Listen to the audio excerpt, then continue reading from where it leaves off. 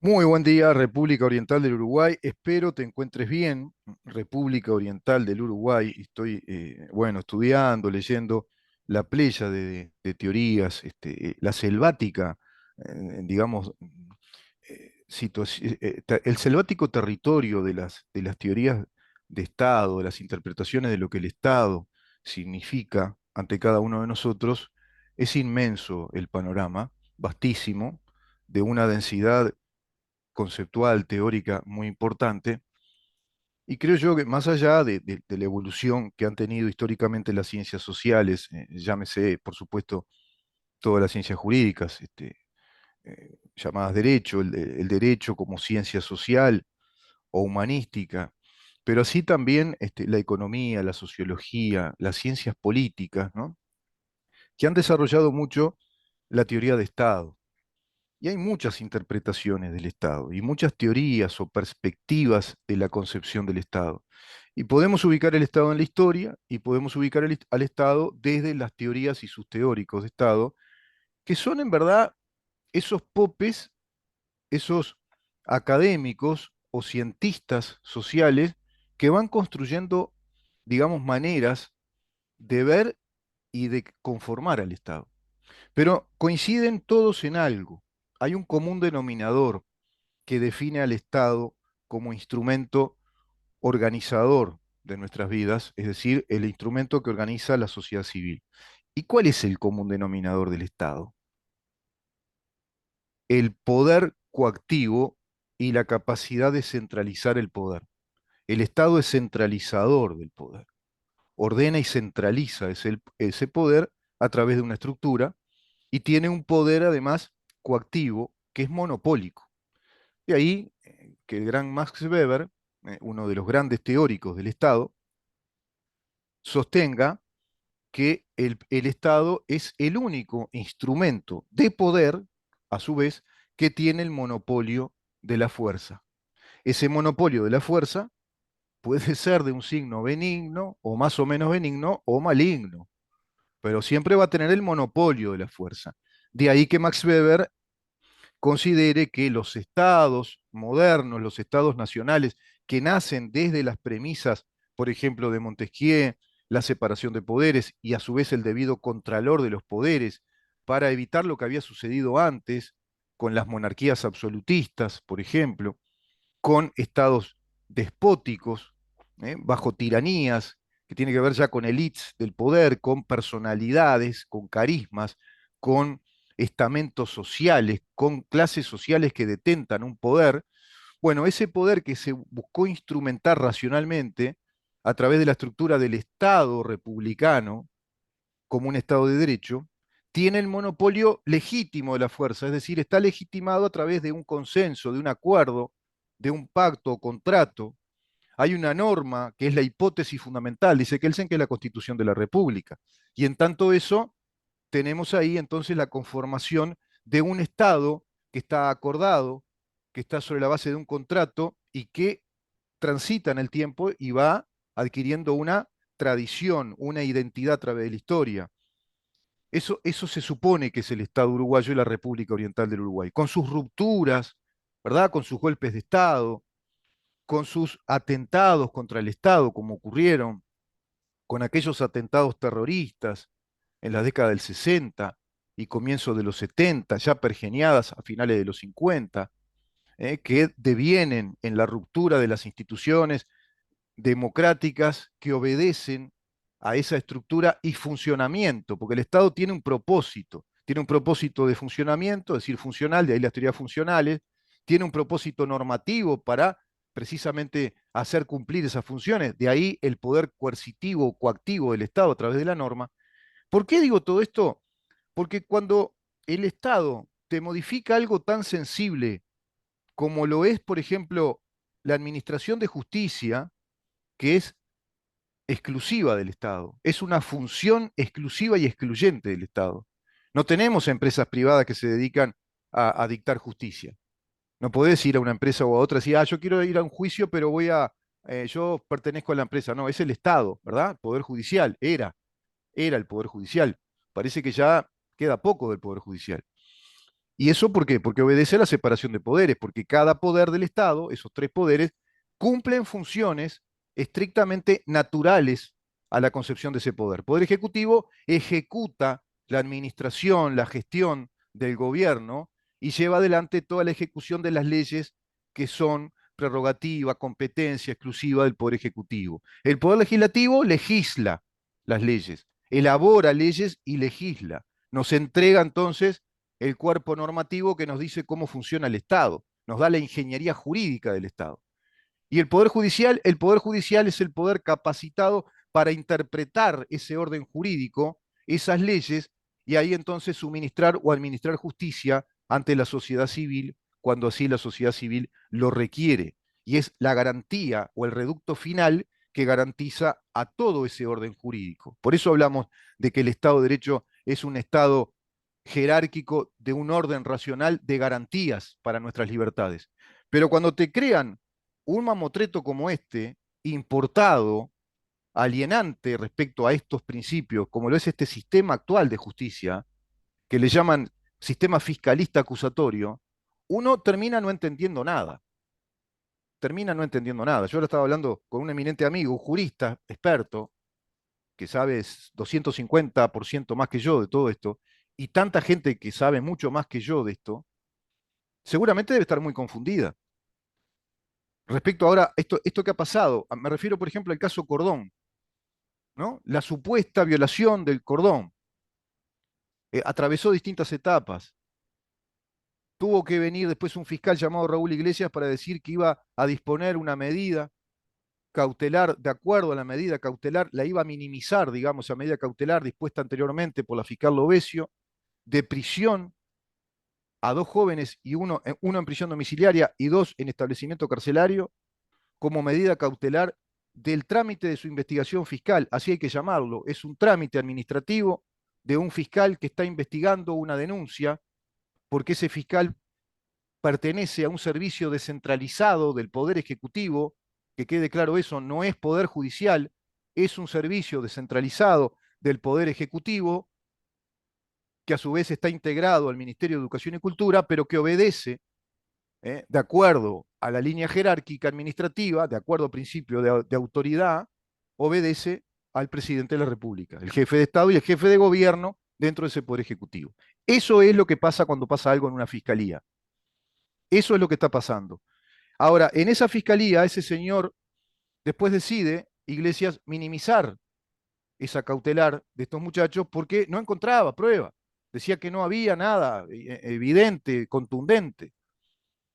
Y se ve, por lo que estamos leyendo, estudiando con otros amigos y colegas, que parece ser que de acuerdo a este nuevo código, parece ser que esta etapa que es preceptiva es necesariamente primera, lo que se llama en derecho sine qua non, es decir, se debe pasar a partir de una denuncia de un delito, se debe pasar preceptivamente por un trámite fiscal primero, es el fiscal el que va a tener el caso primero, dueño y señor de todo esto, de acuerdo a sus decisiones de administrar esa investigación, de llevar adelante esa investigación, de instruirla y de incluso negociar con la parte denunciada si quiere ir por la vía de un juicio abreviado, le llaman así, juicio abreviado, porque en el tramo final, digámoslo así, de esta investigación que va desarrollando el fiscal en su fiscalía, se va a dar la presencia de un juez que va a escuchar la resolución final a través de un dictamen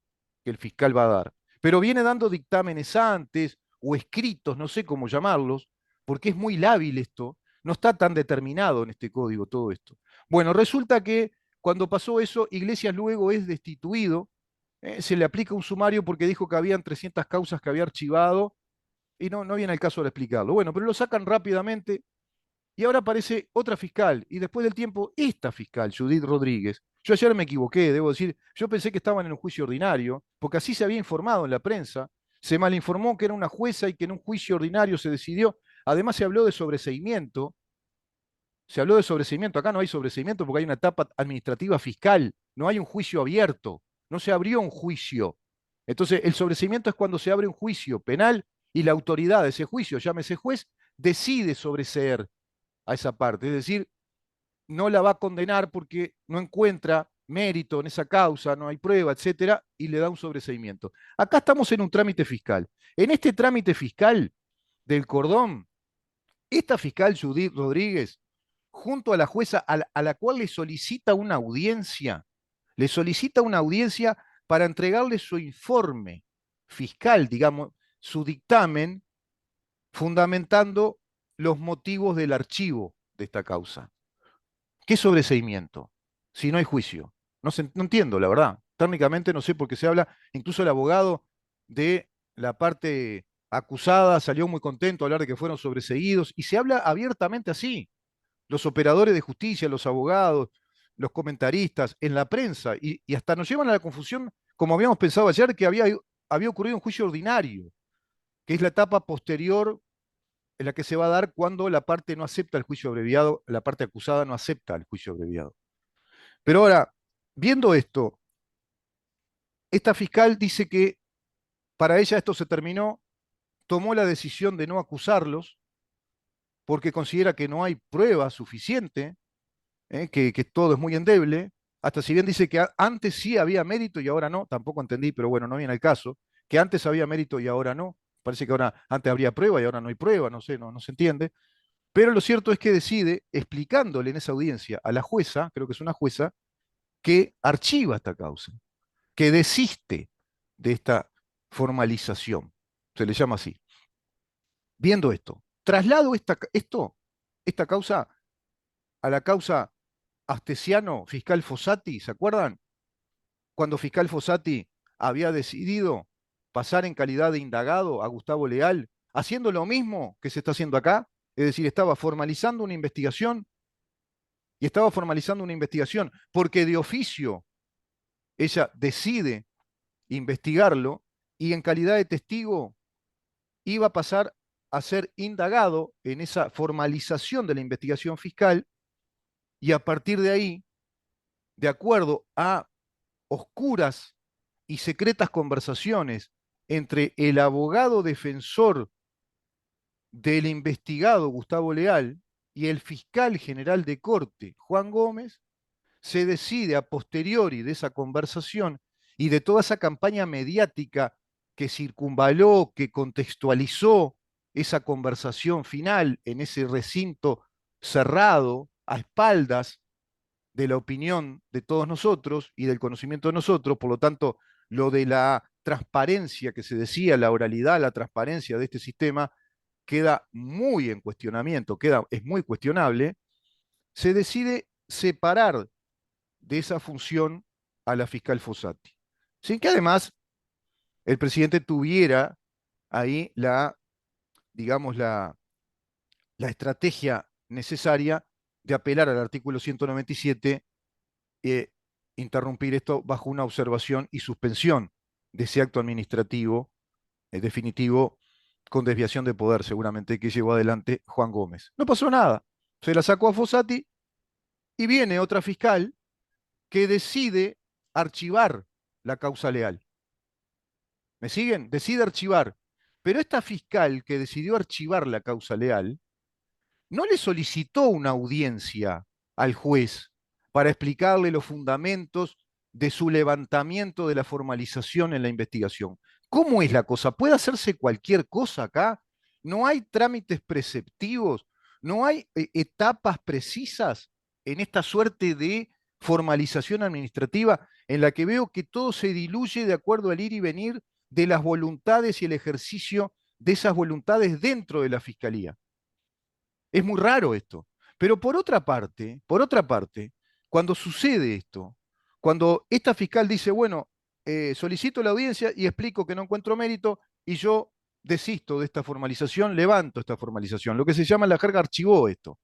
Ahora, la otra parte, la parte, digamos, de la acusadora, dicen que se ven damnificados por esto, perjudicados, y parece que pueden solicitar se reabra esta formalización en otra fiscalía. Es decir, acá no hay ningún acto definitivo, nunca. Y el juez no puede tomar una decisión. Acá, por ejemplo, el juez no puede decidir que en tanto coincide, por ejemplo, con la fiscal en levantar esta formalización, en terminar acá, que esto quede laudado, digamos, cerrado acá, se puede seguir otra vez y yendo para atrás, investigar otra vez y yendo para atrás. Entonces, no puede pasar lo mismo ahora con Leal. ¿Y en dónde están las garantías acá? ¿En dónde está la estabilidad y la seguridad jurídica en estos procedimientos? Donde entonces parece que se pueden reabrir otra vez e ir hacia el pasado y volver a investigar otra vez todo. Está raro. Y además, erróneamente hablan de apelación, que van a apelar. Pero no, la apelación es un recurso procesal judicial ante una autoridad judicial, que es cuando esa autoridad judicial, un juez, llámese juez, dentro de un proceso judicial en la órbita del Poder Judicial, que es un poder separado del Poder Ejecutivo, en esa órbita del Poder Judicial, cuando el juez dictó sentencia, tienen las partes la posibilidad de discutirla a través de un recurso de apelación. Por eso apelan la sentencia y pasa a una instancia superior en esa jerarquía de funciones que tiene el Poder Judicial. Y pasan a lo que en Uruguay llamamos Tribunal de Apelaciones. Precisamente por eso se llaman tribunales de apelaciones, porque asumen la apelación para resolver esa apelación. Impresionante, ¿no? La verdad que yo hasta ahora no estoy entendiendo nada, no sé ustedes, pero es todo muy engorroso esto. Este sistema fiscalista, acusatorio, que vamos, que venimos, que de pronto nos enteramos que se solicita una audiencia para explicarle al juez lo que va a decidir y en otros casos no, simplemente se archiva y se terminó ahí, no hay ninguna audiencia. En otros casos un abogado va a hablar con el fiscal de corte y de acuerdo a lo que habla un abogado de una parte indagada o que va a ser indagada, de algún modo incide para que el fiscal, es decir, el director general del ente, decida separar de una causa que viene investigando la titular de una causa compleja vinculada a una organización para delinquir en nuestro país, como es el caso de Gabriela Fossati, así nomás la sacó, sin grandes explicaciones. Las explicaciones fueron de conventillo, fueron de que él no le gustaba que se peleara con Romano, o sea, le hicieron la cama, que se peleara, que no le gusta que estas cosas se ventilen, no le gusta trabajar así. Esas fueron las argumentaciones para sacar, separar de esa fiscalía a Gabriela Fossati, sin argumentación sólida, consistente, desde el punto de vista jurídico, desde el punto de vista inclusive administrativo, y acomete con un acto administrativo bochornoso para la seguridad jurídica de nuestro país en un trámite de investigación compleja que estaba llevando adelante la fiscal Fossati y que jamás pidió que la sacara de la causa. Ella lo aclara cada rato. Lo que le solicitó y tenía negociado con él era que la trasladara a una fiscalía especializada en crímenes económicos porque tiene más infraestructura y tiene más posibilidad de investigar, porque esa organización para delinquir era evidentemente una superorganización muy vinculada a temas económicos, financieros, que también tenían la comisión de otros delitos que concurrían, como lo fue explicando y lo fue dictaminando la propia fiscal Fossati. Vamos a una pausa y seguimos.